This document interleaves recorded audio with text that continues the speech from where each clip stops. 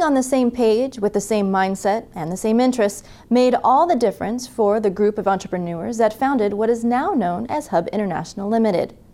In this interview from MarketScout's recent Entrepreneurial Insurance Symposium in Dallas, Texas, Rick Gulliver, president of HUB, discusses the ideas that became HUB International. Well, the idea really was emerged from a company in Canada called Trivest Insurance Network, which was a Trilon company, London Life, Wellington Insurance Company, Royal LePage, Royal Trust.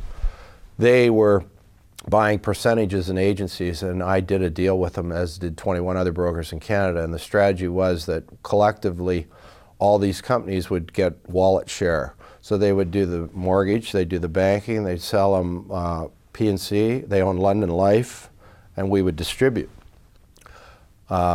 The strategy didn't work because everybody was very independent, did their own thing, and it was just not an evolution that was ready to come forward. Each one of the companies stayed very much in their own sandbox. They didn't realize the return on investment they were looking for. So that ended up disbanding and everybody bought their agencies back. When we bought our agencies back, the group of us met, the 21, and I suggested to them that we form a marketing group and continue our relationship and share the ideas that we shared when we were partners in the company. And they not all agreed, but I think about 15 or 16 did, so we formed a group called Insurance Network Solutions. And I headed that up, INS. And after about a year, it became very frustrating because people only wanted to take from the middle, they didn't want to give.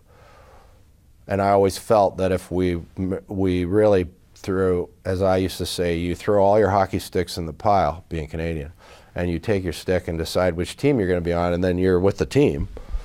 People didn't throw their sticks in the pile, not all of them. So we weren't able to get full leverage and advantage. And back then, the markets had its challenges with any cycle, and if you didn't have the relationship with the underwriter or the scale, you may not get the capacity and you wouldn't get the risk. And collectively, we had more scale and capability to get that. But if we're not all singing from the same song sheet, the companies see that and they won't support us. So I felt if we could turn that model and we all were partners in one company, everybody had shares and they had a similar vested interest that the company overall had success, it would be a better model. And that was when I started promoting the HUB group model. Myself and others in the group. There was always, throughout the evolution of HUB, there's always been a core group that have been on the same page and of similar mind and interest. So I'm not the hero here. I mean, it was a group of people that really were the heroes. I'm just telling the story. In 2002, HUB transitioned from a privately owned company to a publicly owned firm, growing from $38 million to $220 million in revenue in just 1 year.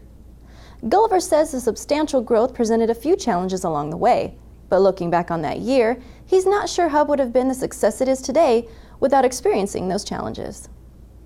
That was very challenging because at the time, we had a small head office throughout. So the tail wagged the dog quite a bit. And some of the partners in the region were really running it as a maybe situation. If they felt that HUB was not going to be successful, maybe they would just take their agency back or they would go to plan B. So we didn't have a lot of consensus and collaboration. Well, we did, but not 100%. We had the outliers. So meetings at times were challenging, and we actually had to ask some people to leave the group and buy their agencies back because they just didn't fit and they were impeding our growth. So we grew rapidly. We made some mistakes, and the good people supported change and some people left, and we made it through. But there were times when I wondered if we were going to make it. I don't know if it's possible to do something differently. I think it was difficult to do what we did, and if our approach had been more formal and sophisticated and committed in writing with manuals and guidelines, people wouldn't have been attracted to us. I think they were attracted to us because it was very entrepreneurial, and they felt that they were at the leading edge of what was going to be developed, and they had some say in it. So, and it was informal, and I think the more you formalized it, the less attractive it would become. So, yeah, there's a lot of things I'd like to do different, but I don't know if we would have succeeded. Running a public company came with a new set of challenges for HUB, so in 2007, HUB transitioned back into a private ownership model. But Gulliver says, public or private, it's always been business as usual for this group of insurance agencies. At the time, we had a lot of frustration with Sarbanes-Oxley and the Elliott Spitzer situation. And we felt that we were spending way too much time and effort on administration, compliance, and lawsuits, and we were all focused internally. And that's not what we're about. We want to focus on the customers and our support staff and our producers and growing the business. We're in the sales business.